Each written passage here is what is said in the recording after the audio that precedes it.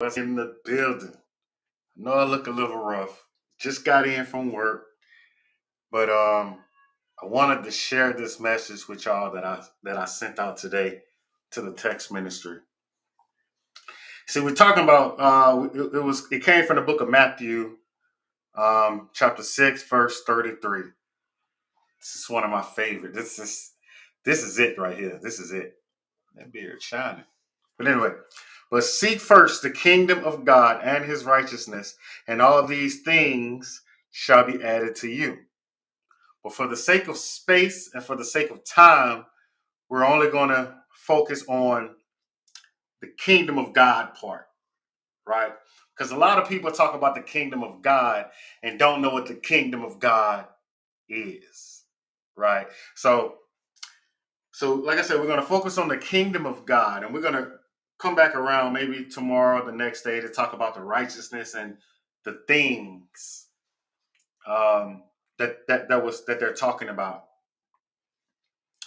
You see, in the concordance, if you go to your Strong's concordance, the word seek, it means to seek, search for, desire, require, and demand, right? Keep that in mind, okay? And then it says first. We know what first means: absolute priority, above and before anything, right? And the word kingdom in the Strongs, it says from Basilius, properly, royalty, rule, or realm. Now that gets deep. Notice it didn't. Kingdom is not about a democracy. You see, in a democracy, someone, the leader of whatever country, is elected. But in the kingdom, the king is king. And the king has the right and the authority to appoint to appoint kings over certain areas that they own.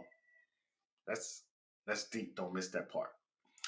You see, the very first thing we should do when we are seeking the kingdom of God, we should yield our life to the King of Kings, right?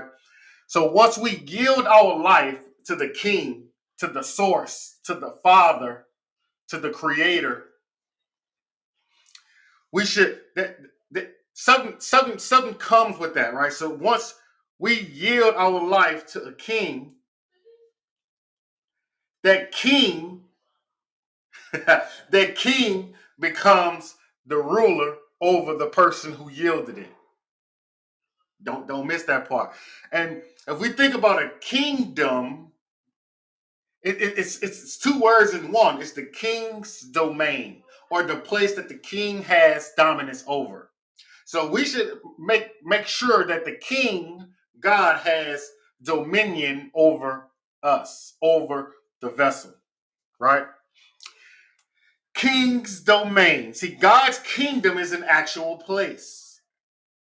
You see, we get it mixed up because we like to say that God's kingdom is this fantasy land, but it's an actual place. See, the government shall be on Jesus' shoulder. Ooh. What government? The government of the kingdom in the heavenly realm.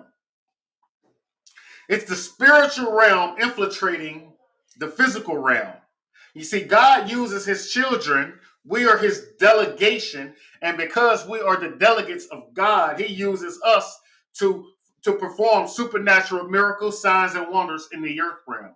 So that's the spiritual realm activating us to carry out supernatural miracles, signs, and wonders in this realm. So how is that possible? Because we are in both places. Jesus said he is on the throne and we are on the throne with him. So that gives us access to the heavenly and the physical, right? You see, once we yield our lives to God, he will make us king over our assignment. And once we receive the crown, the royal crown, once we become kings over an assignment, we serve it to to the relatives, to our other brothers and sisters, right? It's a commonwealth. It's a commonwealth. So we're supposed to be ruler over our assignment and serve it to the people. And also, once we receive the crown, we become royal heirs, co-heirs with Christ. co-workers with Christ, brothers and sisters with Christ. We become royal, right? Once we become royal citizens, the power of Christ is inside of us. We are royal citizens who are sent from the kingdom with a specific assignment. Once we operate in our assignment, like I said, we serve it to our other brothers and sisters to make this world a better place. Servant kings is what we are.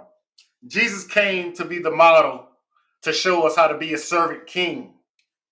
We're supposed to be servant kings like our brother, Jesus Christ. That's what we are, man. Servant kings. Man, that's it. I love y'all.